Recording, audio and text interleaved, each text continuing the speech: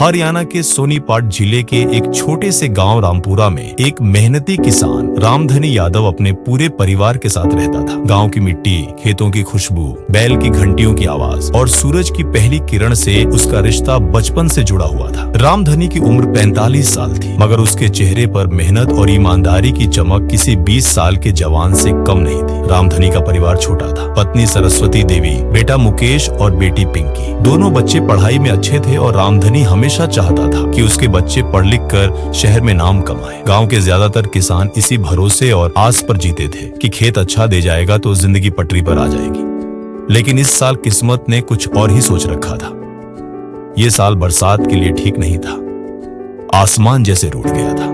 जेठ का महीना बीत गया, आषाढ़ भी चला गया और सावन का पहला हफ्ता भी निकल गया, मगर आसमान में बादल तो दूर, धूप और लू की मार ने जमीन तक को तपा दिया था। हर दिन किसान खेतों की ओर टकटकी लगाए आसमान की तरफ देखते। कोई मंदिर में पूजा करता, कोई पीपल की पूजा। गांव के बुजुर्ग बताते कि पानी के बिना धरती भी भूखी रह जाती है। रामधनी का खेत 5 बीघा था। उसमें उसने इस साल धान की बुवाई की तैयारी कर रखी थी। बैलों की जोड़ी से खेत जुताई की थी, बीज भिगो कर रखा था, खाद भी तैयार थी। बस बादलों की पहली फुहार का इंतजार था। रामधनी रोज अपने खेत जाता, मिट्टी को हाथ में लेकर देखता। सूखी दरारों से भरी जमीन उसे हौसला खोने पर मजबूर करती, मगर उसके पिता की कही बात उसे याद आती। बेटा, किसान कभी हार नहीं मानता। आसमान जितना भी रूठे, जमीन को भरोसे में रखना। उसे लगा, अगर मैं भी हाथ जोड़कर बैठ गया तो परिवार का क्या होगा। बेटा कॉलेज में दाखिले की तैयारी कर रहा था और बेटी को अगली साल बोर्ड देना था। उसने ठान लिया कि चाहे बारिश हो या ना हो, मैं कुछ तो करूंगा। एक दिन गांव के चौपाल पर बैठे लोग रामधनी का मजाक उड़ाने लगे। अरे देखो, रामधनी खेत में जाकर क्या कर रहा है, पानी बिना धान उगाएगा क्या। रामधनी ने हंसते हुए जवाब दिया, हौसला रखना भी खेती का हिस्सा है।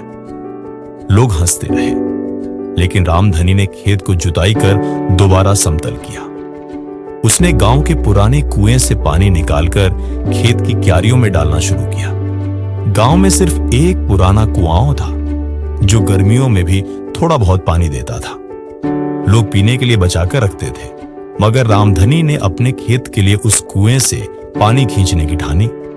रामधनी और उसका बेटा मुकेश दिन भर खेत में पानी डालते, रात को मच्छरों और गर्म हवा के बीच पानी खींचते।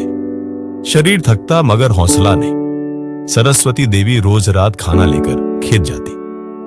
पति और बेटे को देख उसका दिल भर आता। तुम क्यों अपनी जान दे रहे हो रामधनी, और कोई भी तो ऐसा नहीं कर रहा। रामधनी मुस्कुराकर कहता, अगर सबके पीछे चलूंगा तो अपने बच्चों का सपना कैसे पूरा करूंगा। मुकेश की आंखों में भी पिता के लिए आदर और आत्मविश्वास भर आया। 3 हफ्ते बीत गए। रामधनी और मुकेश ने पूरी 5 बीघा जमीन में बुआई कर दी। कुएं से लाकर पानी डालते, पौधों को संभालते। गांव वाले भी अब हैरान थे। सावन का आखिरी हफ्ता था। अचानक एक दिन आसमान में काले बादल घिर आए। हवाएं चलने लगी और शाम होते होते तेज बारिश शुरू हो गई। पूरा गांव खुशी से झूम उठा। बच्चे मिट्टी में नाचने लगे, मगर सबसे ज्यादा खुशी रामधनी के चेहरे पर थी। उसकी मेहनत रंग लाई थी। उसके खेत की हरियाली बाकी खेतों से अलग चमक रही थी। दूसरे किसानों के खेत अभी भी बंजर थे, क्योंकि उन्होंने बुआई ही नहीं की थी। रामधनी के खेत में पौधे लहलहा रहे थे। बरसात का पानी लगातार आता रहा। रामधनी ने बचे हुए खेतों में भी पानी भरवा दिया। मुकेश दिन रात पिताजी का साथ देता। कई महीने बीत गए। जब फसल तैयार हुई तो रामधनी के खेत में धान की पैदावार बाकी गांव से दोगुनी थी। गांव वाले हैरान रह गए। जो लोग हंसते थे वही लोग अब कहने लगे, रामधनी भाई, तुमने कर दिखाया। तुमने तो सूखे में भी हरियाली पैदा कर दी। रामधनी ने पूरे गांव को अपने खेत का धान मुफ्त में देखने बुलाया। उसने कहा, मेहनत कभी बेकार नहीं जाती। जो उम्मीद छोड़ देता है वही हार जाता है।